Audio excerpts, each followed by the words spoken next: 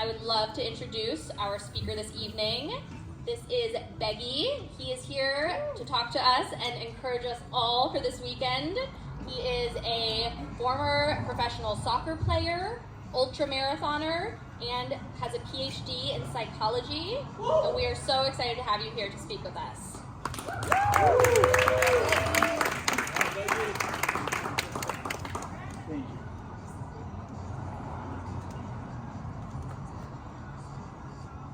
How's it going? How are you feeling? This is a great avenue, right? My name is Beggy, and I've done several ultramarathons. And I remember my first ultramarathon. It was not, I would say, not a nice experience. So, in the run, so it's a run from two of the most beautiful places in Iceland. And you run around 37 miles and it's 7,000 feet in elevation. So for the first 15 miles, I was doing okay, you know, it was nice, it was fun. For the last half of the race and the things I had left, it was terrible. I was thinking about like, oh well, I'm a failure because I'm not reaching my goal. All of the people that I was competing with in the run are doing better than I am. I even doubted my existence. I got like an existential crisis on the way. Like, why am I doing this run? Why am I alive? What am I gonna do with my life? And that's actually a common thing that you can experience in those runs. But also, I've had a phenomenal experience of running an ultramarathon, especially the one I did 2 years ago. And 2 years ago, 1.5 years ago, I went into the same ultramarathon, completely different experience. I felt, I wouldn't say good, but I felt okay during the run. And I wasn't thinking about that I was a failure, or I was not comparing myself to other people. I was not doubting my existence on this planet. And there's a dramatic difference between the first run and the second run. The first one was like I was running for maybe 12 hours, but the time was like 6 hours. In the second run, my final time was 5.5 hours, but it felt like I was running in 2 hours.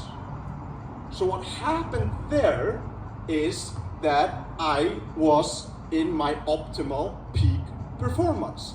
And if you start to think about it now, you probably have had runs during the Venice Run Club or through other avenues in the gym, when you're talking to other people or doing difficult tasks at work, that you feel like you have this moment where you're performing optimally. And sometimes the time passes very quickly. You thought you were working or running for 50 minutes, but it was like a 3-hour run. And if you have ever experienced that experience, raise your hand. Like in some avenue. Like you lose the sense of yourself, you're not thinking about, it's like you are within the activity itself. It's not like you are a person doing the activity, it's like you're all the same. You lose the sense of your ego, etc. What we call this in psychology is being in the zone, or we also call it being in the state of flow. Have you heard about that? And that state is so phenomenal. It's addictive, and I can tell you why it's addictive, because I think it's so hard for majority of the people in the Venice Run Club to run in zone 2. Agreed? And I know the reason behind that, because when you run slowly, what happens? It's kind of boring, isn't it? But when you increase your running speed, you go to that state of flow. And that's why you feel good when you run, and also when you're optimizing your performance. And I'm guilty as charged, because I've taken way fewer slower runs than I wanted to do before this marathon, which is okay. So, today I want to talk about strategies, how to not only increase the likelihood that you can get into the zone, into the flow state, but also how you can stay in it. And both for people who want to maximize their performance and have like high goals for the marathon, but also people who want to finish the marathon, which is great. So it's both for optimizing your performance and feeling okay while you do it, in a sense. And how many of you are stressed for Sunday? Raise your hand. Okay, some people cool, some people stressed. Adam really stressed there, yeah? For me, or I don't know. Okay, so maybe half of you are a little bit stressed. The other one, how are you feeling?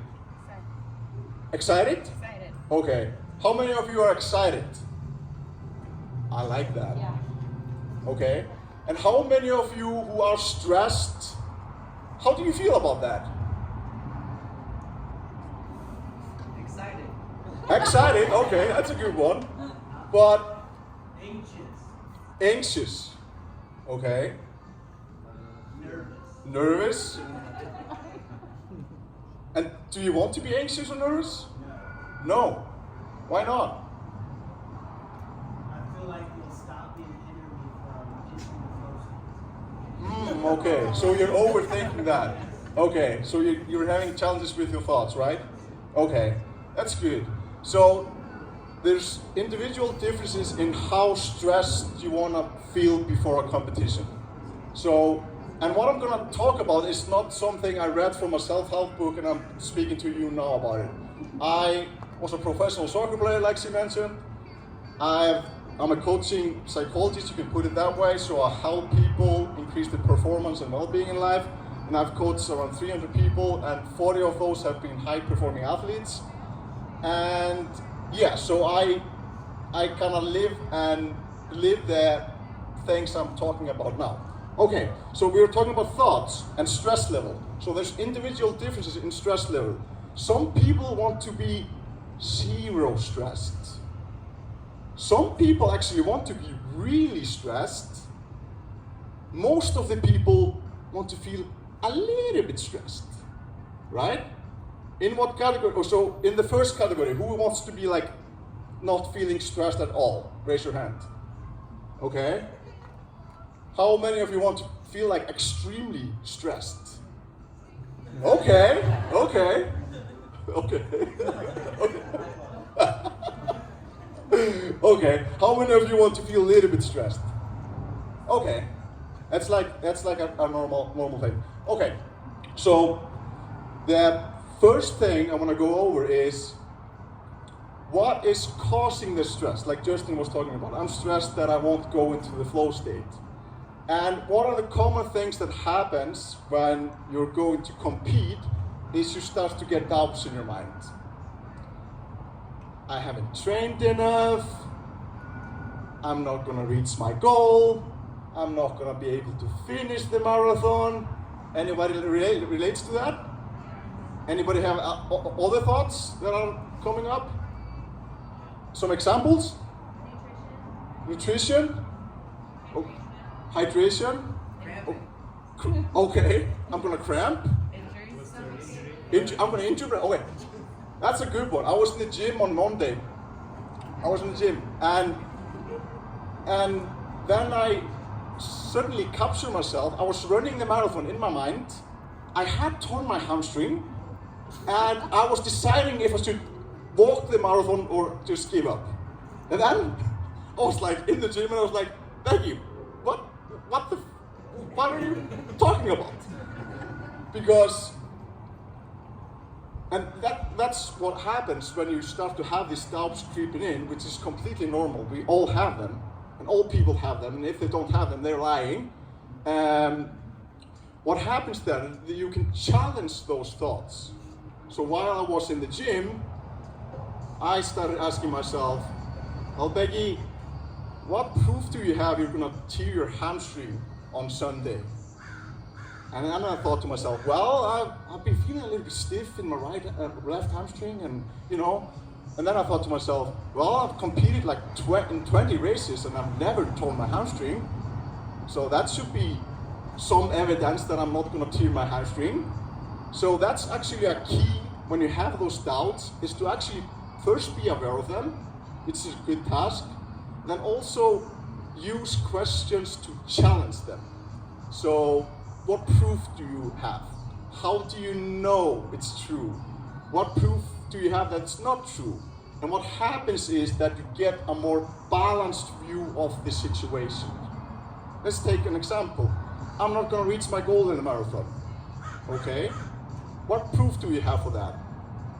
Oh, I didn't reach my goal in my last ultramarathon. Okay. What proof do you have that's not true? Well, I've competed in several runs and always reached my goal. That's a better proof of that is contradicting I'm failing at the run. Then failing at the run, I'm gonna fail at the run, will change from being I'm gonna fail at the run to I'm gonna do my best in the ultramarathon. And that changes the narrative a little bit. And it's really important to do that. So that's the first step. So be aware and challenge those thoughts. And you have actually time to do that today and tomorrow. And you can think about it or write it down. But on Sunday, you're not going to be in the middle of run analyzing every bits and pieces of this. So that's a good tactic to do now and before the marathon. Then, of course, the basic one is to talk positively to yourself, patting yourself up, talking kindly to yourself, and like your biggest supporter. Like, I got this, Max. I got this. I'm the champion. I'm gonna nail this run. Like, I'm not gonna say what you told me yesterday, but maybe I did that. And that's actually a positive self-talk. So that's one way so we can deal with your doubts before the marathon. The second one, which is also really, because sometimes you can talk positively to yourself, but you still feel like stressed. And you still feel like, well, this is not doing really well for me. So the second way of dealing with challenging thoughts or limiting or doubts in your mind is just to notice them. Notice them like, it's like coming from the mindfulness literature. So just noticing that the thoughts are emerging in your brain and maybe calling them a name, like your alter ego or something. Like when I have these doubts, I think to myself like, yeah, here's worrying Becky, he's on the show. And the purpose is not to get rid of those thoughts, it's just to be aware of them. Because what happens when you try to get rid of thoughts or not allowing you to think, and you try as hard as you can to not think the thoughts that are coming? What happens? You think more about it. Close your eyes. I want to do an experiment. If you close your eyes, try as hard as you can to not think about a white polar bear. How many seconds did that take you? Still? How many people started to think about white polar bear after a split of a second? Instantly. That's the paradox. So when we fight against our thoughts and our emotions, they have more power over us. When we accept them as they are, we have more power over them. That's the paradox. And that's pretty useful. So when I was competing in soccer, sometimes when I was walking to the pitch, I was a defender. I was walking into the pitch with my team and we were starting to play. And then the voice came into my mind. Beggy, you're gonna give the competition a goal, you're gonna lose the game, and it's gonna be your fault. And then I am walking to the pitch and I'm like, what should I do with this? But actually a tactic that is more beneficial to me was just to notice them, accepting them like they are, and then they kind of disappear, in a sense. Does that make sense? Okay, I want to ask you also, because we talked about stress earlier, what techniques do we have to deal with stress? Has anybody used a successful tactic to navigate through stress? Breathing. Breathing? Okay. Being with friends. Be with friends. That's the best therapy. Not caring. What? Not caring. Not caring? Yeah. Okay. Max said running. Running? Calling my mom. Ice cream. Ice cream? Friends, ice cream, breathing, not caring. Visualizing? What is visualizing? Okay. Who in here knows visualization? Yeah? Do you do it? Sometimes? And does it work for you? Yes. Okay. So for those of you who are more familiar with visualization, the basic premises of visualization is that by visualizing you succeeding on the task that you're going to take on, then you prime your brain to be more ready for it, so you become more confident in the experience that you're going to take on. So, the studies from neuroscience show that you activate the same brain areas when you're imagining something and when you're actually doing it. So, in visualization, what you do is you sit down, close your eyes, and then you imagine yourself. Let's take an example now, because of the marathon, you're running the marathon. And you're running the marathon successfully in your mind. And you can do it from 2 points of view. So you can do it from your point of view, so you're visualizing yourself running, but also like you're watching a TV, like you're watching a movie. And when you visualize, I encourage you to use all of your senses. So your eyes, you know how the course looks like, right? At least on the map, I don't know how the course looks like, but you know there will be people there, you know that you will have your friends there, you know that, you will hear, you will use your hear. Maybe you can use your taste because of all of that, well, sugary gels that we're taking. You can use your taste, sight, ear, even smell. Should we do maybe I see Justin here is in the zone doing it. Should we do it like for several minutes? Visualization, are you ready? So if you close your eyes, let's first take like three big breaths. So there's like, I want to hear you on my way out. It was awkward for me to be the only one. One more.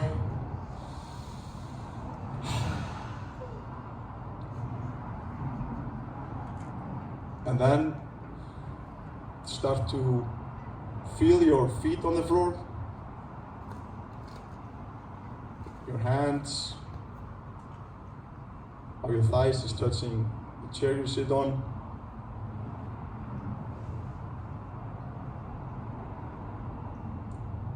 Notice your breath, wherever you notice it. Either it's going through your nose, or your chest or stomach lifts. And then start to visualize yourself in the LA Marathon using all of your senses.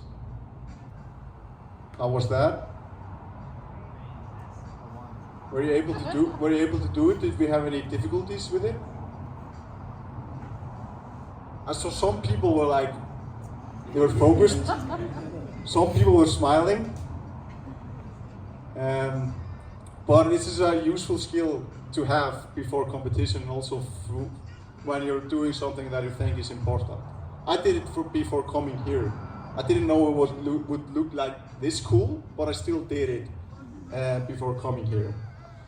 Related to that, what has been a very beneficial skill for myself and for the people I assist is having keywords, like a trigger words. Do you know what that is?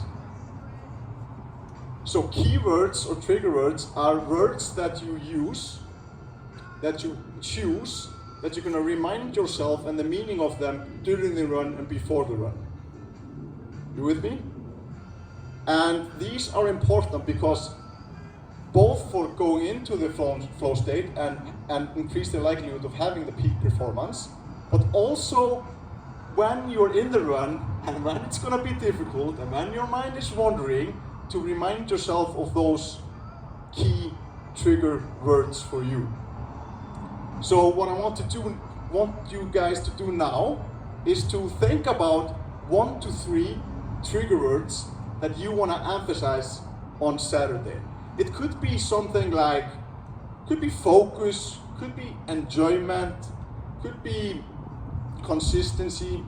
And my keywords for Sunday, they are gratitude, I want to be extremely grateful because I'm grateful for my body, I'm grateful for being a part of the Venice Run Club, I'm grateful for just being able to run a marathon. Number two, I want to enjoy. I'm one of those people, I want to enjoy the race, I want to smile through it because I've worked so hard for doing the race. Three, consistency. So consistency beats intensity because I know if I will run my own run, I will do well. If I'm trying to be intense and follow other people, I will not do well. And the last one is perseverance, because I know on that 20th mile, when we get through the Venice Run Club people, that's gonna be a painful moment. But I know when that happens, I want to show persistent and I want to keep going. So these are my 4 keywords. So when I give you a couple of minutes, just think by yourself, write it down on your phone or whatever, to think about 1 to 3 keywords and the meaning of them for yourself for the LA Marathon. We got it? You understand it? You ready for it? Yeah? Yeah? Okay. So I'll give us like, let's say I'm gonna put pressure on this. So 4 minutes. You can write it on your palm for the race. You can have a tape, like a white tape or something, that you can put on you to remind yourself of that. And the tactic is just what I mentioned before. It's to look at those words when you're running or have some visual cues that remind you of why you are doing this. And by priming that, you will enjoy it more and you will probably increase your performance. So that's good. I think so. I know so. Yeah.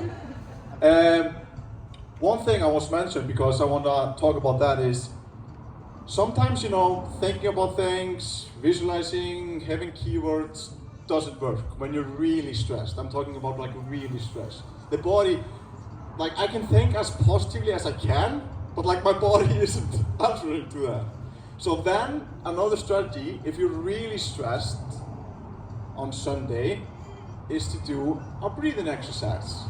Because when we are really stressed, our fight and flight system is activated and we need to activate our parasympathetic nervous system.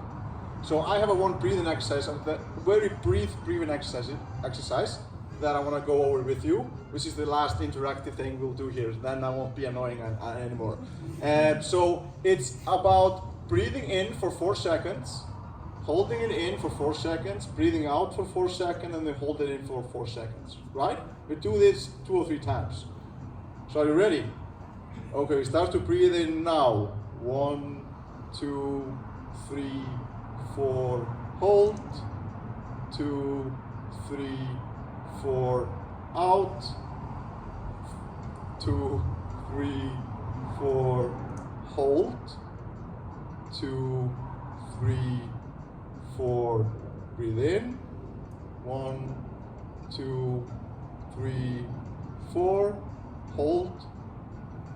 2, 3, 4, breathe out. 2, 3, 4, hold. Breathe in. 1, 2, 3. Okay, you kind of get the gist of it. Did you feel any difference before and after? Was it the same? Yeah, lightheaded? Calm? But you get the gist of it. It doesn't have to take a long time. Just doing this 2 or 3 circles, and then you feel your body gets a little bit more calmer. That's good on like race day or if you can't sleep and whatever. It's good to relax the body with that mind. So we've talked about that stress can actually be beneficial and good, and people actually want to be stressed sometimes, so that's not bad. We've talked about being aware of your thoughts, challenge them, talk positively to yourself, or accepting them as they are, having a name of them like you are there.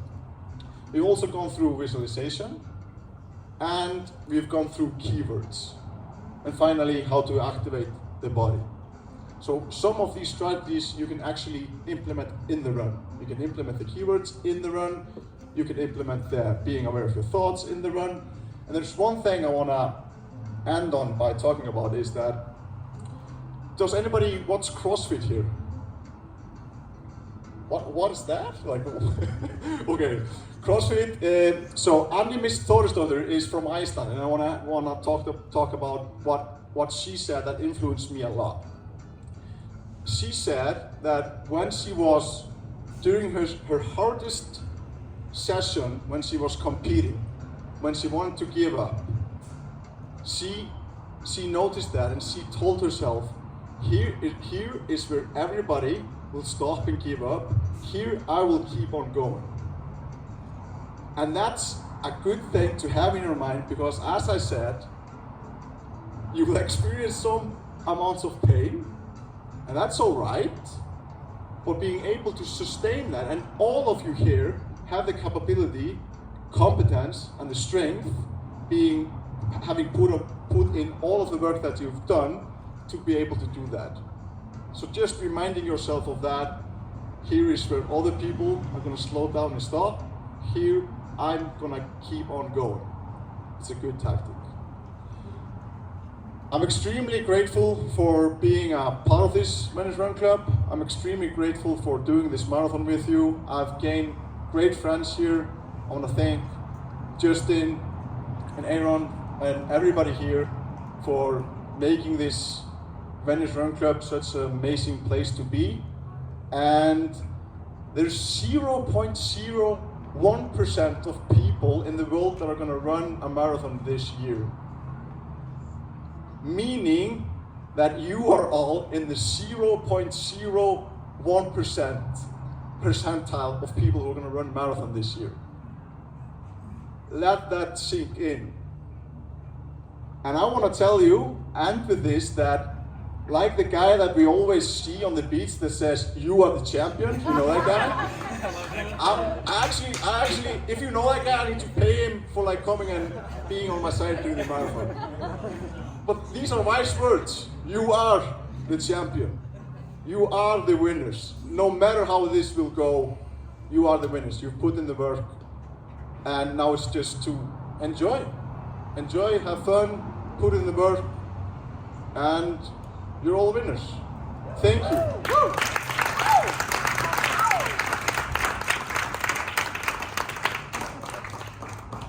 We good? Good.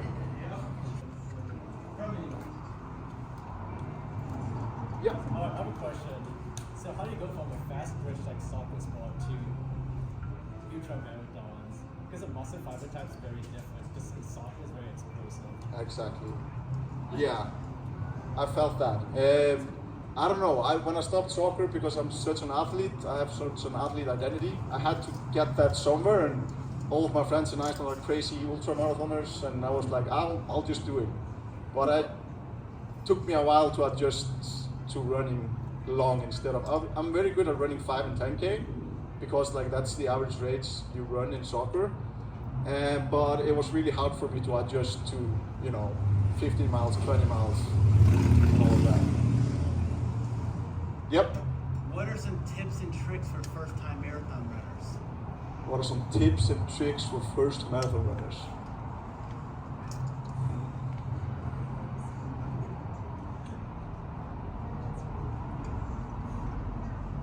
I would say it's you're going into, you're not sure what you're going into, which is fine. Everything is going to figure itself out.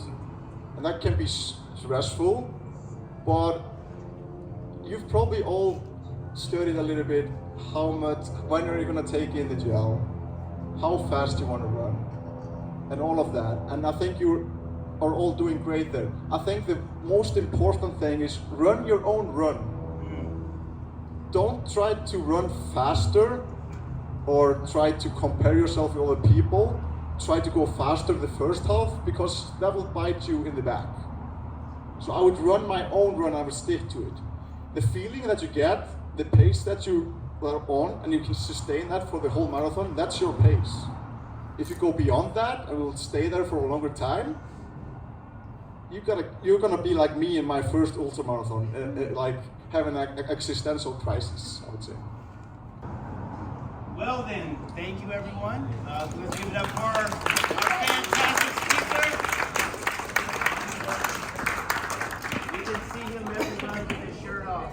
Don't like the tattoos. Oh, that's That's the guy. Oh. That's